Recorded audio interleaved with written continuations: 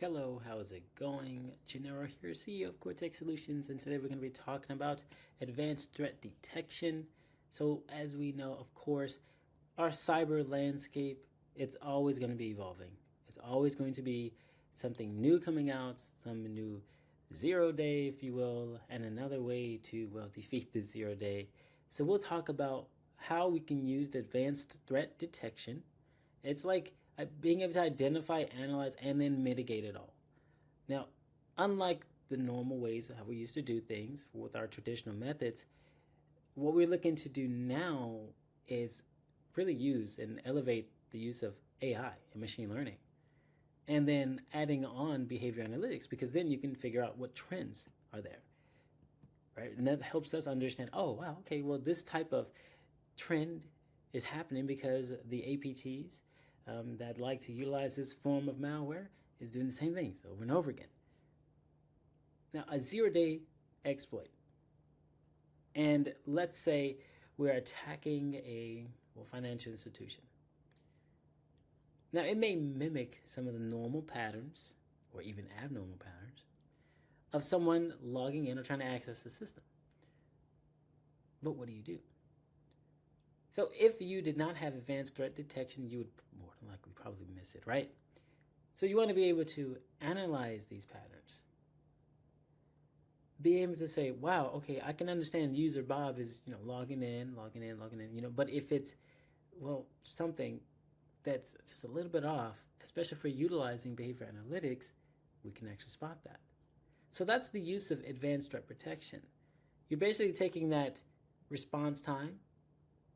You're being able to respond a lot faster. You're taking the time to actually shrinking the time between when a vulnerability has been found to its closure. Now, what are some of the importance of threat intel? Well, we have a life cycle here. We've always talked about the different life cycles. Here's another one regarding threat intel. Well, you're starting around how can you, at least the idea of continually monitoring a system, continually monitoring a collection of systems. How can I collect the data? How can I analyze the threats? How can I predict a certain threat as well too? Well, the use of advanced threat protection allows you to do it because we have a whole collection of data that we are going through. We're analyzing past data. It helps us understand the current and potential cyber threats that are to be found. Now, machine learning, though, within threat detection, this is one of the newer or advanced aspects that we talked about. Because you can utilize machine learning to detect the behavioral deviations. You can predict these attack trends. I talked about the trends earlier. And you can improve over time because you have actual data you can look back at. So this is the way you can utilize it. You can actually apply, and we talked about it before, but we can go more into it right now, using machine learning for big data, right? Being able to examine large amounts of data and identifying these unusual activities between multiple, not just one, but multiple IP addresses, multiple sources and destinations, and then predict, oh, wow, there's a trend here, right? There's a trend happening. This type of malware goes to this type of system at this time. And it's happening on multiple occasions, not just once. So these are just all tell signs of how can we utilize behavior analytics and machine learning to give us a better understanding of how to study this user and then the systems and the behavior over time, because that's where the real answers are going to lie, right? Because we can look at it from that aspect to say, okay, well, here is the behavior of our user in the system, and here are all the patterns that happen. What type of the data sensitivity is this person, user, system accessing on a daily basis? So if a company had some form of advanced protection or threat detection, you can flag and say, hey, user Bob is doing something unusual. We are not used to seeing this. What can be done?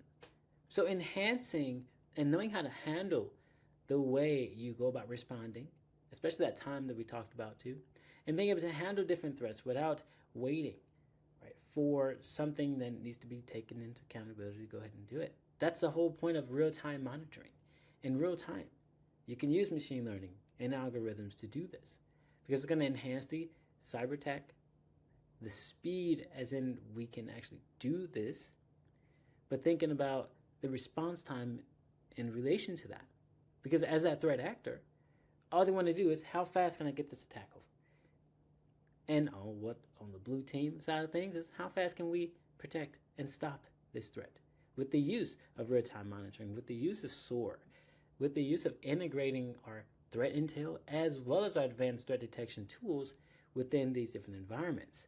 So yeah, you can use endpoint detection and response solutions to help insinuate how we can actually do this, because we want to work in tandem with all the defense that we have. That's the whole point of defense in depth and layers. And then of course wrapping that all into zero trust, where we're not necessarily going to trust any device, but we're going to verify and make sure that the access requests are actually monitored and evaluated every time, because we want to make sure that that person who they say they are. Within your zero trust frameworks, this is how you're able to do that. You can use this as well as advanced threat detection to really have a robust system in place, all alongside adding on threat hunting, which is proactively searching for these hidden threats within organizations. So what we want to do instead of being reactive, now we can proactively search, right, for these hidden threats, because, well, we have the tools to do so.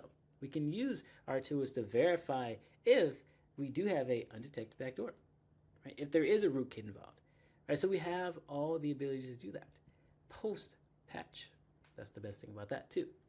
Now, some of the advanced tools and techniques for threat detection, we talked about EDR before, we talked about user behavior analytics, and then there's also sandboxing to isolate some of these files as well too, and then utilizing AI, of course, and machine learning to help, well, maximize the way you're able to go about doing one task or two or three or four.